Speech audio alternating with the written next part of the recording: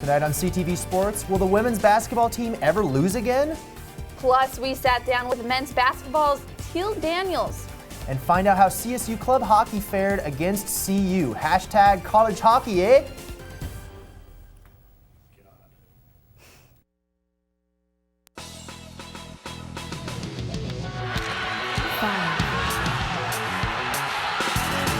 Colbert converts again. Outside to Cordell. Go on, 20-footer. Go! Bounce back to Duffy's left hand.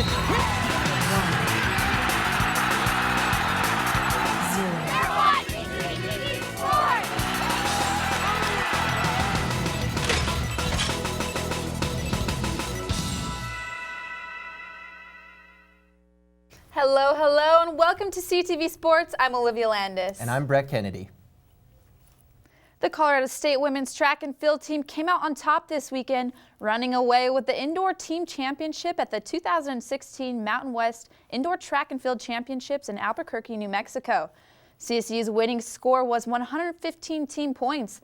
This was the first women's indoor conference championship since 2006. To top it off, CSU head coach Brian Bedard was given the 2016 Mountain West Women's Coach of the Year award after capturing the first women's indoor conference title of his career.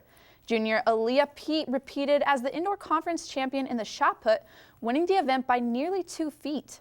Juniors Isabel Brown and Emily Romo also brought home the gold.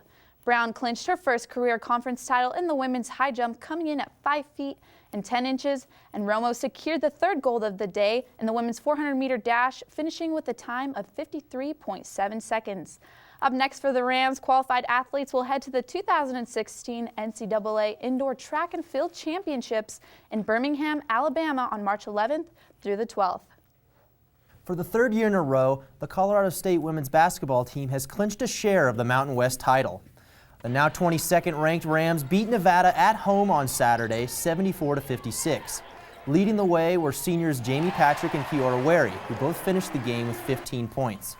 Colorado State forced Nevada to commit 20 turnovers, which the Rams converted into 23 points. With the win, CSU has now won 23 consecutive games, which is the second longest active streak in the nation. CSU is up to 29 straight regular season wins at Moby Arena and is one more home win away from claiming the first undefeated season at home in school history. But that one won't be easy as the Rams look to senior night and their final home game this Tuesday against Fresno State, who has been nipping at Colorado State's heels all season, trailing close behind in the Mountain West. Here's what head coach Ryan Williams had to say after the win heading into the next matchup against Fresno State. Their mind's on Tuesday. They don't think we should share this. But I'm glad Fresno's coming in on Tuesday. Fresno being right behind us, nipping at our heels all year long, I think has kept our edge. It's kept us moving forward. And that's helped us improve as a basketball team and not take our foot off the gas. Now, Liv, this was a huge win for this women's team, clinching a share of the Mountain West title for the third year in a row. But this next game against Fresno State is probably going to be the game of the year. Yeah, I have to agree with you on that one, Brett. I mean, the Rams have come so far already this season, but as Coach Ryan Williams did say, Fresno State is second right now in the Mountain West, and they have been pushing this team to do as well as they have been. So I think if they do win against Fresno State, this is going to bring some momentum heading into this Mountain West tournament. Fresno State is a very tough opponent. Ryan Williams did say this is the matchup that the team has been looking forward to all year. It's going to be senior night. Moby is going to be packed to celebrate these 4 seniors' last game in Moby Arena. Kiora Wary, Jamie Patrick, Emily Hesseldale, and Alana Arias live 4 great players that will be missed. Yeah, exactly, Brett. I mean, people said it last year. They didn't know what the team was going to do without AJ and Grit, but we see the team coming back this year and being the best that they've been in CSU history. So although the seniors will be missed, I think that this program is just going to continue to grow. Ryan Williams is a great coach in that aspect, and he'll bring players in. And this team, as we've said, has a lot of depth. They'll be fine next year. Absolutely. Well, the Colorado State men's basketball team watched a much-needed win walk right out the door Sunday night after losing to Nevada 87-80. The Rams gained a late lead that slowly slipped away, putting them behind 2 points with under 5 seconds to go in the game. However, senior Joe Desmond managed to draw a shooting foul with less than 1 second to go and ended up hitting both free throws, sending the Rams and the Wolfpack into overtime. The energy did not last long for the Rams, though, as the Wolfpack carried most of the momentum in the extra minutes of play. Colorado State struggled at the free throw line, going just 5 of 12 in the bonus time, whereas Nevada shot 10 of 11 from the charity stripe. One standout player for the Rams was Antoine Scott, who finished with a game-high 30 points and just shy of a double-double with 9 rebounds. Up next for the Rams, they travel for their final regular season road contest as they take on Fresno State. Brett, this was a disappointing loss for the Rams, especially going into overtime. This was big. I mean, they needed this win against Nevada. This dropped them down in their position in the Mountain West standings right now. That hurt them. As you can tell by this graphic right there, this loss did hurt the Rams as they fell down in the standings. It's difficult to lose a game of this caliber in overtime, and it all depends on the next 2 games going into the Mountain West tournament, whether the Rams will play Utah State, whether they'll play Wyoming, or whether they'll play Air Force. And I'm telling you right now, if I'm Coach Larry Eustace, I do not want to play Wyoming in the first round. Exactly. I think any of these teams, all season we've seen so much competition in this Mountain West conference, so I think any team they do end up playing, it's going to be a tough one. So these last two games against Fresno State and Air Force are going to be important no matter what. I see the Rams probably winning one of the games. They're probably going to lose the other one. I don't see them winning both. But as we've said all year, once the Mountain West tournament starts, it's anybody's ball game. The Rams have just about as good of a chance as anyone once the tournament starts. Well, let's hope they pick it up a little bit. But although the men's basketball team did pick up the loss yesterday, Tiel Daniels had himself another big game for the Rams. He's been having plenty of big games this season, a season that will be his last in green and gold. CTV Sports producer Travis Green sat down with Daniels to hear about his dominant high school career and to get his take on suiting up for the last time. You grew up with 4 other siblings. Yeah. You're the youngest of 5. Yeah. What was that like growing up and being the youngest? Did you get bullied a little bit? It was torture, man. It was torture. You know, I got bullied, I got tortured until about 4th or 5th grade. I hit my growth spur, and then I started getting taller and bigger than everybody else, and then it stopped. You know, I had to tell my brothers and sisters, like, hey, I can't put up with this any longer, man. I'm bigger and I'm stronger than y'all, so I can't do it no more. Do you think that's helped you in your basketball career? Oh, yeah, definitely. You know, I mean, I've been through adversity before I even stepped on a basketball court, so I think, you know, going out there and performing in crunch time, it's, you know, I've been there before.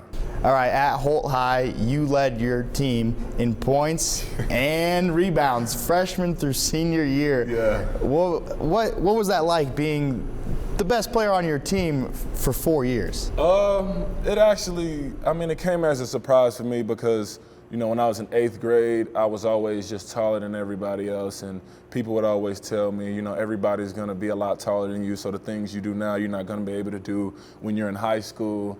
And you know, I kind of thought about it like, wow, you know, maybe they're right. And then, you know, I got to that level, and I kind of, you know, underestimated myself. And then I started playing, and then I just started dominating. It's just one of those things to where I surprised myself. I really didn't know, you know, how good I would be or what type of player I would be at that next level. So, you know, I'm glad I could dominate, and it was fun to lead those guys for 4 years. Yeah, and talking about leadership, you've been a leader for the CSU team for a while now. Yeah. Do you think you got that from being a superstar freshman through senior year in high school? Did that help you form into the leader you are now? Yes, I definitely think so, because in a lot of cases, you know, best players on the team doesn't necessarily make the leaders on the team. You know, sometimes the players are just the best guys and sometimes they're immature, but I think me being a leader of, you know, from freshman to senior year in high school, I think it helped because it kind of put the pressure on me. Everybody who kind of was looking up to me, even though I was, you know, a young guy. Most of my friends then were on freshman team and on the junior varsity team, and here I was starting. So I think, you know, that kind of helped. It molded me, and it kind of just, it got me ready quicker than I thought. And once I embraced the leadership role, you know, I took it on full force, and, you know, it's still carrying on today. All right, so it's senior season. Yeah. I know it's hit you at some point, at least before you've had the idea, but what's it going to be like, you know, when you do finally play that last game? Man, I'd be lying to you if I said it wasn't emotional, man. It'll be tough, you know, because when I first got here, just looking how far I've come to, you know, how far I've gotten now, it'll be tough. It'll be emotional, you know, it'll be hard, but, you know, that last game I play, I can guarantee you I'm going to give it everything I have, everything, and, you know, I'm going to try to do everything I can to get my team a win. What a dude that Tiel Daniels is. What a guy. Well, when we're back, we'll continue catching you up on the latest in Colorado State athletics. Don't go anywhere.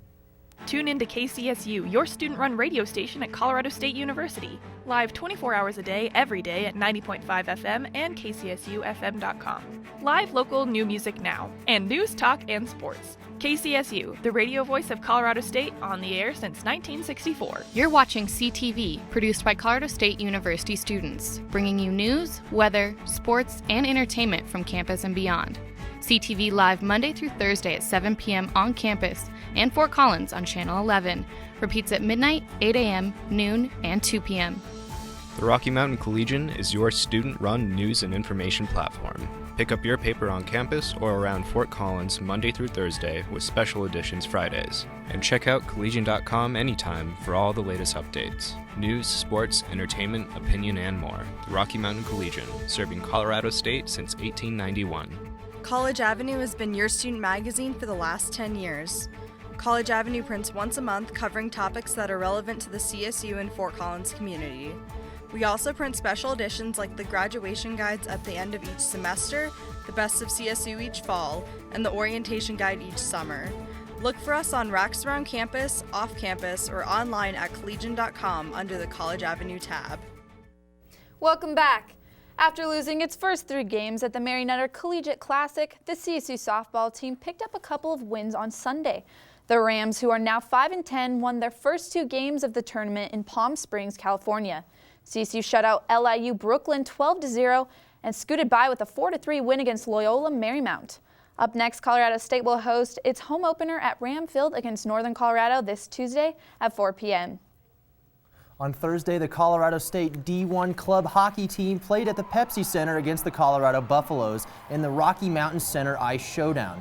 CU wound up shutting down the Rams, winning 8-2. Colorado forward Matt Anders scored a hat trick with 3 goals in the first period alone against goalie Michael Porter, who was pulled later in the game to stop the bleeding. CSU couldn't stay out of the penalty box, totaling 16 minutes in penalties during the game. Colorado State registered 0 goals on 5 power play opportunities. A few bright spots for the Rams were Nicholas O'Donnell and Daniel Matrosic, who both finished with goals.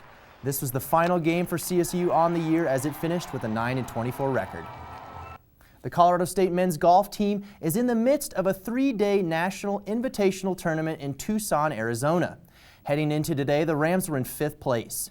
The tournament will conclude tomorrow. Stay tuned to the CTV Sports segment tomorrow to get the full recap of the tournament. The Colorado State women's tennis team dropped its Mountain West opener on Sunday, falling to UNLV Rebels 6-1 in Las Vegas, Nevada. The loss drops the Rams' record to 3-6 on the season and 0-1 in the Mountain West. The running Rebels swept singles play from the number 1 through 5 spots to claim the match victory. Colorado State has its final road trip in the 5-match series next weekend against Colorado. Heck of a weekend for CSU, and this week is going to be another busy week. That's right, Brett, so make sure to check out collegian.com throughout the week for all of your Colorado State athletic updates. And don't miss next week's CTV Sports. We'll have our Mountain West Tournament preview. Don't go anywhere. We'll have a rebroadcast of the Bernie Sanders rally that took place in Moby last night. Have a great night, everyone.